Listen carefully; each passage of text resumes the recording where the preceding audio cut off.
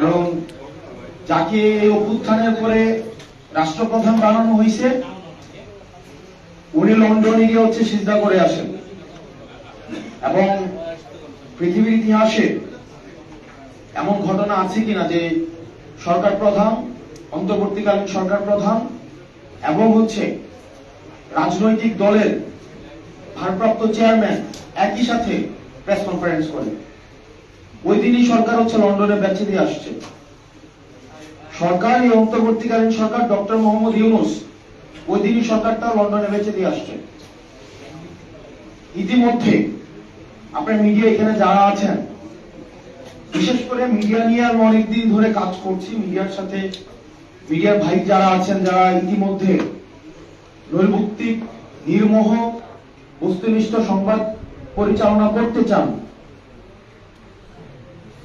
তাদের সাথে আমাদের কথা হচ্ছে, তাদের সাথে আমাদের দেখা হচ্ছে এবং তারা ইতিমধ্যেই অনেকবার জানিয়েছেন যে গণমাধ্যমগুলোকে কারা দখল করে নিয়েছে। ইতিমধ্যে আজকে দেখেছেন একটা গণমাধ্যম কালের কণ্ঠ, বসুন্ধরা মিডিয়া গতকালও দেখলাম, গত এক মাসের আগে আমার ফেসবুক স্ট্যাটাস সরাই নিল এবং এক মাস রেস্ট্রিকশন দিয়ে রিপোর্ট করায়, রেস্ট্রিকশন তাদের টাকা আছে, ওরা হুজুর কিনে ফেলে, আলেম কিনে ফেলে, রাজনীতিবিদ কিনে ফেলে, মিডিয়া কিনে ফেলে, ওরা সরকারকেও কিনে ফেলে। এই বসুন্ধরা মিডিয়ার একটা মিডিয়া কালের কণ্ঠ, প্রতিনিয়ত প্রপাগান্ডা চালাই যাচ্ছে।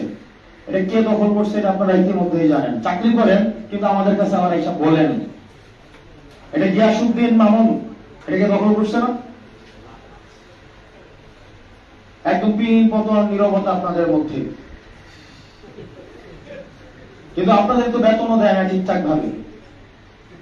4 মাস চাকরি করেন, 1 মাসের বেতন দেয় বা দেয় না, অথবা বোনটা হাতে ধরায় বলে নাও এবার এরপরে খাও।